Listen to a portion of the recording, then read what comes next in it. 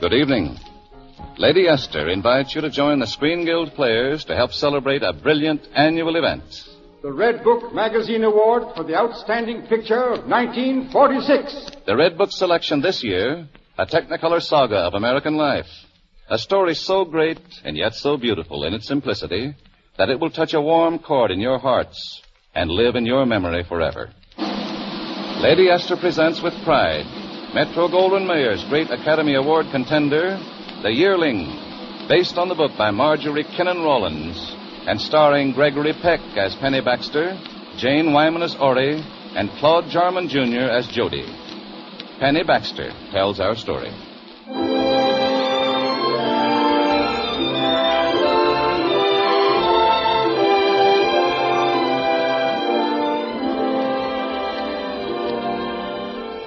For a beautiful day, the kind of day makes a man glad to be alive. The sun warm and promising, the earth breathing slow and easy like. And still Ori, that's my wife, you see, Ori was raring. Jody! Jody! Where's that boy gallivanting at? I need some wood. Now, Jody wasn't exactly gallivanting. After all, the boy's just 11, and he had a mighty reasonable explanation. Some honeybees was here, Pa, and I aimed to follow and find the bee tree. And, well, the notion taking me to go a-rambling. It's late mighty quick, Pa, before you know it. Well, I was in the middle, you might say. I could feel for Ori, for the hard life she'd had with me, cutting out our little farm out of that wilderness. Fighting for every square inch of ground, fighting for our food and for what clothes we had. Fighting just to keep alive, sometimes losing. We'd laid 3 young'uns in our little burying ground. Only Jody were left. And I reckon that does something to a woman. Makes something inside her close up tight. So if it happens again, she ain't gonna let it hurt her so much. Yes, I could feel for Ori, but then I could feel for Jody, too. Pa, I seen a sight today down at the Glen. Yes, son? A mammy coon with 2 babies. They was the prettiest little fellas you ever seen. Coons is pretty. Them little fellas was so pretty that if I should snare me one of them for a pet, I bet even Ma'd love it. Yeah, Ma ain't gonna go loving no coons. You reckon she'd rare if I was to mention it? Now, what do you reckon?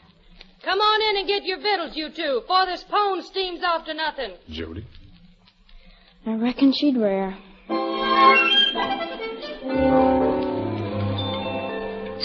Hey, Pa, it's sweet tater pone, Pa. Just the way I... Jody, you might wait till your pa says a word of thanks. Yes'm. I'm waiting, Pa. Oh, Lord, thanks again for the victuals. Amen. Well, I declare. That's a mighty skimpity blessing, seems to me. Well, I always get hungry when I go logging. The Lord will know what I mean. Pa. What is it, boy? Did I tell you seen no coon today, Pa? Yes, you told me, boy. Did I tell you she had a couple of babies? You told me that, too. I bet if Ma'd seen one of them little old baby coons, she'd have loved it to death. Now, Jody, we ain't gonna have no coons around here. What about little old bear cub, then? If and I should find myself one. Or a possum. I just love a baby fox or a baby panther. Jody! But, Ma, I just gotta have me something for a pet. We got milk aplenty. Milk aplenty. They ain't an extra drop from sun to sun. It could have mine. And don't tell me again it can have yours. You're spindly enough as it is. How do you think we spare rations to some critter, whereas all we can do is keep our own bellies full? But I just want something all my own. Something to follow me and be mine. Some with dependence to it. Going on 12 and still wanting some kind of a play dolly. Why, your pa was doing his man's share of work time he was your age. Now, you finish your victuals and get to bed. Yes'm. Night. Night, Pa. Night, Sam. Seems to me you get mighty hard on a boy at times, Ori. Well, then let him tend to work. All his running off. All his wanting to drag some pesky critter into the house. Well, a boy ain't a boy too long. Leave him kick up his heels a little now. The day will come he won't even want to. Don't be afraid to love the boy, Ori. Let's get finished here and get some sleep. I have to start for the sinkhole early tomorrow. Got a lot of washing to do. Poor Ori. 'Twere a mighty hard life for her. And thinking to make it up to her, me and Jody went to Volusia to do some trading. And when we got back... Hey, Ma. We're back, Ma. Only took us 2 days. Where's your pa? I'm here, Ori. Made the trip a whole day less than usual. Brung some things for you. Got some money, too. Now, did I make a good trade, Ma? That makes near $5 we got saved. And you know what that $5 is going for, Ma? Tobacco seed. Enough tobacco seed so as we can have a fine money crop next spring. And every bit of money we get from that is going into bricks and mortar so as you can have a well right outside your door.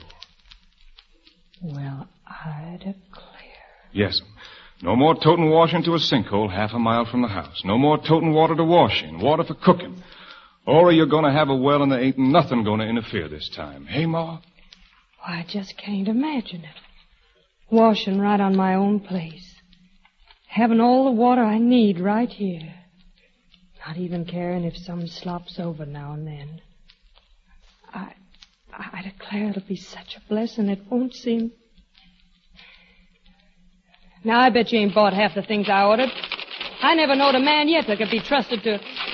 Where's my paregoric? Where's my... Well, I declare. Some black alpaca. Now, even that ain't just like a man. Jody. Coming, Pa. Throwing away money on such as this. I declare men ain't got no more sense than... How much did this cost? Just tell me how much money you wasted on such foolishness. Next time you go to Volusia, I'll... Black alpaca. Black alpaca. She's a rare, Pa. Don't she like it? She likes it, boy.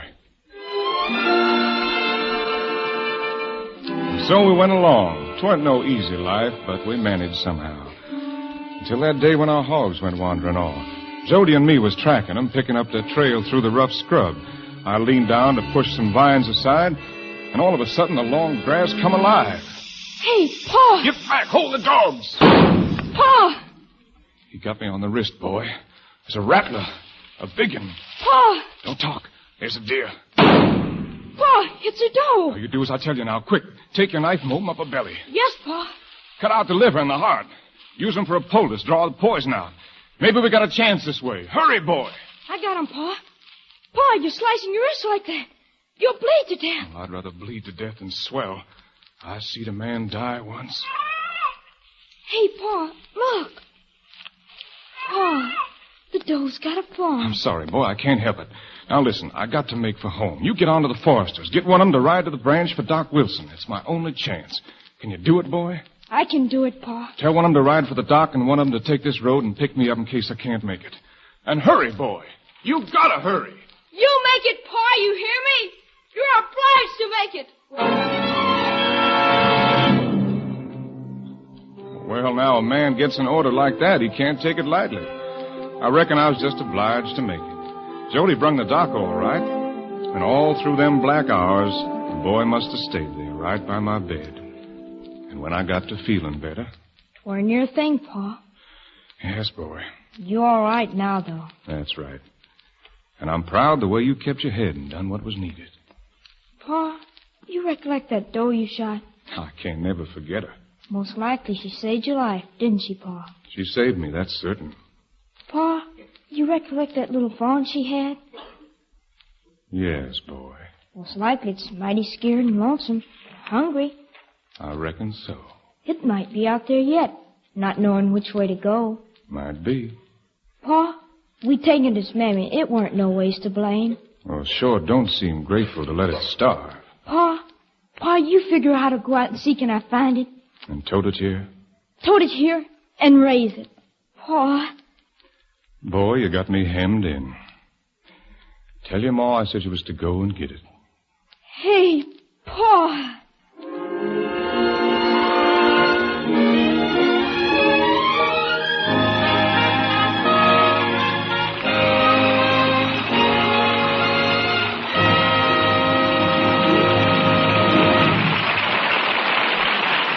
The second act of the Lady Esther Screen Guild play will follow in a moment.